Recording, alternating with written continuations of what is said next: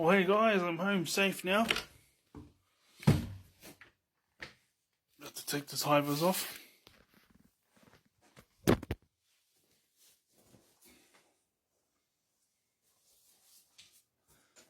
That way, you guys won't catch the logo.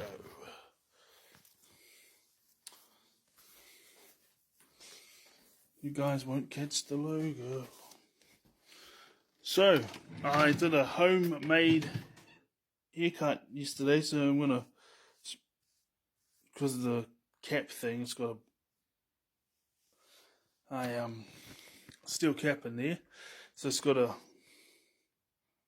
get that a little bit off and keep it at the right height, just make sure it's level out there. Close enough. Nothing that the hat can't hide, so I'm just gonna tidy that up after I do this.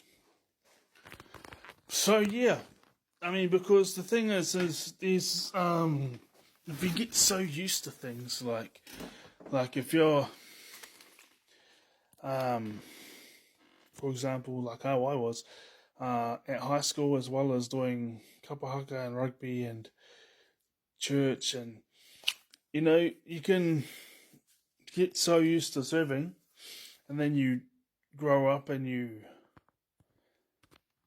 change, but at the same time, like, core beliefs stay the same. You just more smartened up on how the world works, but at the same time, you're so used to that you've changed so much, but some things stay the same, and you just got to make sure that those few things that do stay the same, that it's in a positive sense.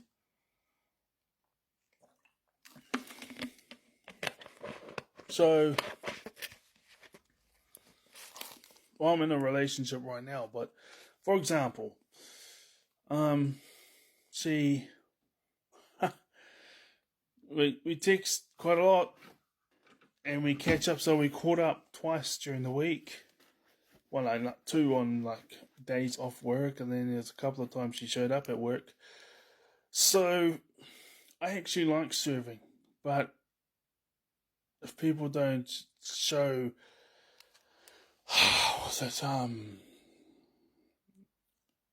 no, I already know what it is. I'm just relaxing. So I'm not thinking what to say. Relaxing. Was it dedication? They're not dedicated and they're not loyal. They only want you for what they can get out of you. They actually don't care about you. Then it's like, man, you know what I mean? And it's nice to know that they'd do the same for you if you found yourself in that position, even though you may never ever find yourself in that position, because you don't aim to find yourself in a position where you need something from anybody. But sometimes you do need things. So I could say it's because I'm in a relationship, and if a woman tries to fool me, then it ain't gonna work. And I'm in a relationship anyway, so we actually, over the space of 6 days, there was actually 360 text messages sent between me and her. That's my woman, Betty. So it was that, as well as catching up twice, and it's been that way for... It's like I question myself, but then I have peace. There's been times where, and I know that she's satisfied in that because of these things I said, and there's been times where, after we had our fun time, well, I enjoy her company and everything, so pull out food she bought, or she'll want to grab some food that I have and try and cook something up, and I usually want to cook something for her or something like that, but she does things like that. There's been times where she came in and she ended up falling asleep, because there was a couple of times where I was like, I only had like 3 hours sleep or something, and then had like a 8-hour shift, and then we caught up and just came back here, and then I fell asleep. She's done the same because she feels comfortable, and that makes me feel really good.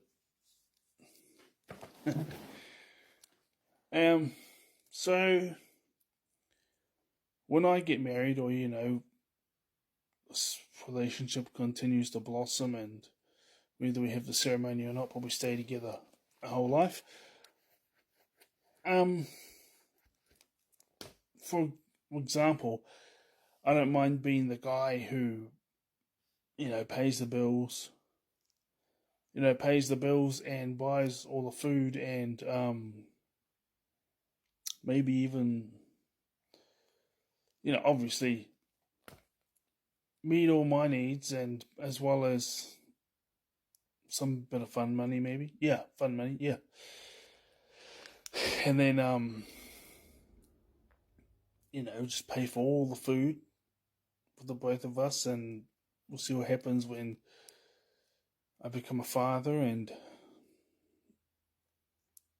all going well, because it's what I intend. I don't get into a relationship to eventually break up. So, the long game of the intention is to, eventually have, kids with them and stuff. So I don't mind being the guy who gets the food and pays the bills, and I have some fun money for me or something, and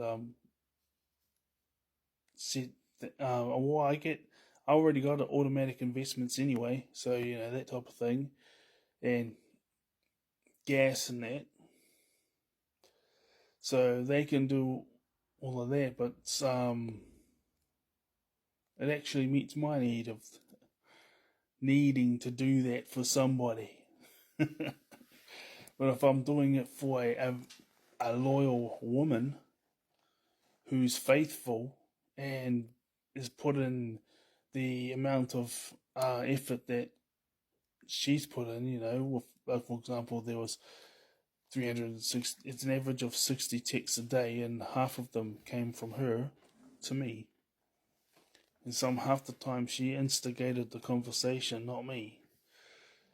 And when she wants to catch up, she doesn't have a car, so she has to find out, bus to the train station, and catch the train to where I'm at, because she lives in the same region as me, but not the same city. And then she'll get all that sorted. She gets that sorted, and then tells me that, oh yeah, and then I can arrive at this time, come pick me up, and go for a walk, or just cruise around town. Walk around town, or walk along the river here, or come back here, or wherever. So like she'll organise, okay, bus is gonna go to that train station, and she puts that, and then gets there, and then gets to the train station, and then gets to where we want to meet up. We agreed upon, and she puts in that effort. All the other ones were like reply, months down the track, or don't even reply at all, or definitely not put this effort. And as I said before, like, I like to cook her meals and stuff, but half the time she shows up with her own. Well, all the time she shows up with food.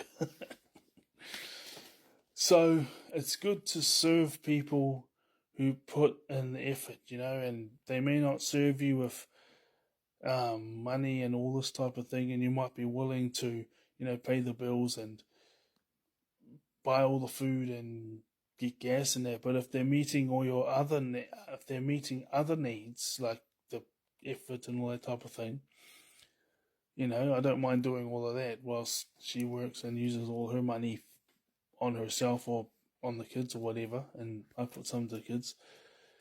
I just have a need to serve, and it's always good to serve those who deserve it.